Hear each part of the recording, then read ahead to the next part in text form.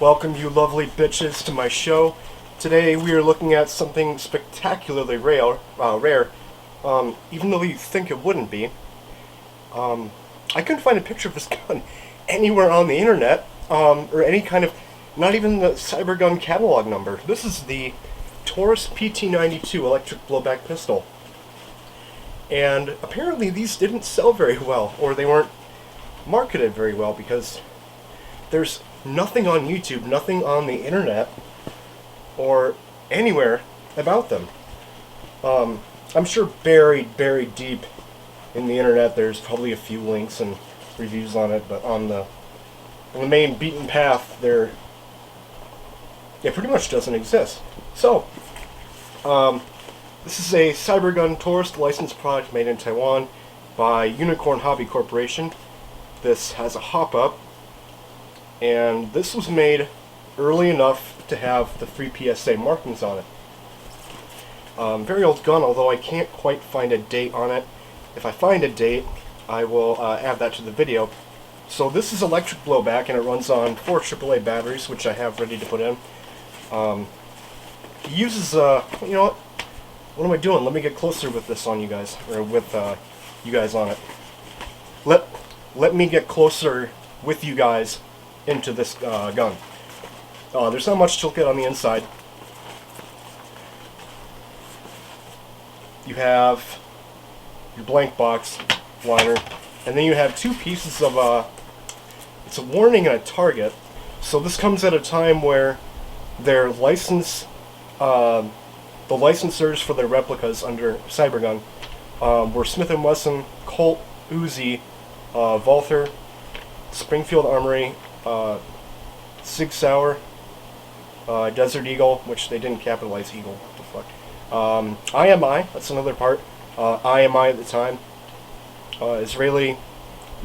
Israel Military Industries instead of Israeli Weapon Industries. Taurus and FAMAS. So they didn't have a huge product catalog at this point. I take that back. They had a huge product catalog. I'll show you guys that sometime. Pretty mind-blowing how many products they had before this gun even came out. That's all the paperwork. And now we have the UHC Yellow BBs. These are the exact same ones that I see in the Airsplat .12 and UHC's own Yellow BB packs. They came in like 10,000. And these are the exact same thing. Brilliant color, shine, and pretty good quality for .12 gram BBs. Inherent to the nature, they're not great quality, but these are definitely a step up from anything that you're likely to find on the market today. These can still be found. Anyway, putting that back in the box. Now, looking at this real quick, I want to say real quick, I'm pretty sure there was a like a liner for the BBs with like a label on it. Let me give you an example of that, and then we would have had it looking like this. This is a UHC, but these bullets in the blue box were blue. But UHC also made yellow BBs. I'm so sorry. I get super distracted when I do UHC guns. There's so much lore behind it, and I really enjoy talking about it. So, bring the BBs off to the side. We now have the PT92 itself. So, comes with UHC's little blue barrel blocker. They put these in the Pulse. The Pulse. Was it the M70? The little mini Uzi, the battery powered one, and it had one of these too. A lot of the UHC guns came with the barrel blocker, and it's nice because it fits really well. It's very effective, and I forget to remove it a lot before I start shooting it. So the whole thing's made of plastic. It's got an excellent black texture to it. Doesn't look too realistic, but it's definitely it's a smooth finish.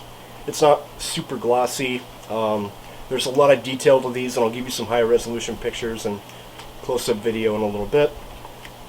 So the main external cosmetic differences between a Beretta 92 and then this PT92 is you look on the left side first thing. The grips are different, and then you'll notice there's no slide safety here. And then it's got a different fire selector here, and then on the other side, I believe this is ambidextrous. I don't know too much about the real thing, but it appears to be an attempt at an improvement. And I've never used the gas-blowback version of it, although I think that one's actually really just a gas-blowback M9. So the fakes, or the 92F, excuse me, safety selector is still there. I don't know if there actually exists a 92F with a working fire selector assembly or safety assembly. It's kind of blows, doesn't it? That would have been kind of cool to see. The only moving parts on the outside are going to be your safety, which you just grip here, and then that activates it, and then you can fire it. If this is not depressed, it won't fire. The slide, as it's an electric blowback, moves back and forth like so, and then the magazine will come out. It uses the regular EBB magazine, EBB pistol magazine. It's just a stick. Looks kind of like one of those CO2 non-blowback magazines. I'm not sure how many bullets this holds. I think it's like 18. Is that how much it is? It's under 20. Oh, that wasn't far off. 16 BBs. So, 16 BBs. I would load 15 just to be safe. Or 12 if you want to reel cap it, if you're cool. These do have a hop-up. I've used one of these before. And they've got a pretty low FPS, even with .12 gram BBs. Alright, so we get to chronograph this thing ourselves. There's one hitch with that, and I'll tell you about that in just a little bit. Magazine catch, by the way, is fake. All you have to do is just pull out the mag, and then you would just stick it straight back in, and then you'd be ready to go. So, I think we can actually get... This is good because we can actually give this like a full range test in my basement, especially considering this is such a low power gun.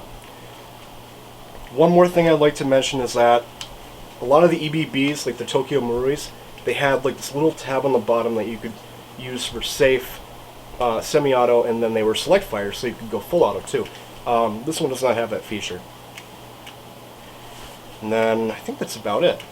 So, moving on now, I think we're just going to load the batteries, and that's where we run into the big dilemma of this. I've had this in storage for like 2 years now. I never got around to making a video on it. So no corrosion in the battery chamber at all. So battery polarity is going to be... Oh, they actually got it marked for us, so we just got to put our AAA batteries in according to the polarity instructions. Just dropping them in like so. These are pretty clearly marked, so it's going to be hard to screw them up. So batteries are in. We have to push this thing all the way forward, or sorry, all the way back at about halfway down. At about halfway down, you can push it back, and then push it down. It's going to push the batteries down, and then you're going to want to keep pressure on it, and then push it forward, and it'll lock into place. Now moving on, we're going to load up the magazine, and then it loads just like the way you'd expect it to. You just put the BBs into the fucking magazine. Can I get some BBs in here? Just a bit rough with the speed loader. I'm not sure why that is.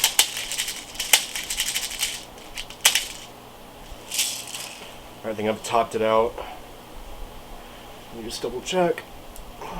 Yep, that's it. Knock one off. Fuck, you can't use rechargeable AAAs with these. They have to be alkaline because it's like a voltage cutoff.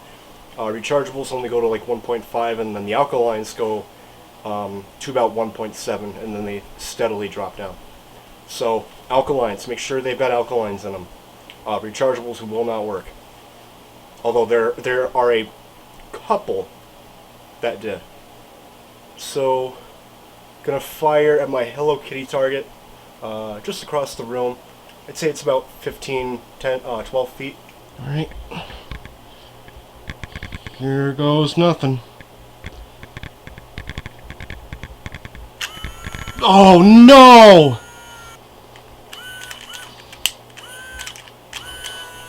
Oh, damn it. Okay, let me...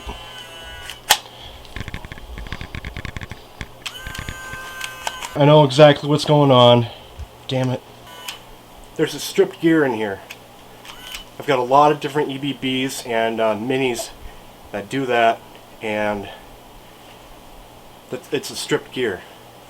So I would have to take this thing completely apart to cannibalize from another unit a stripped out plastic gear.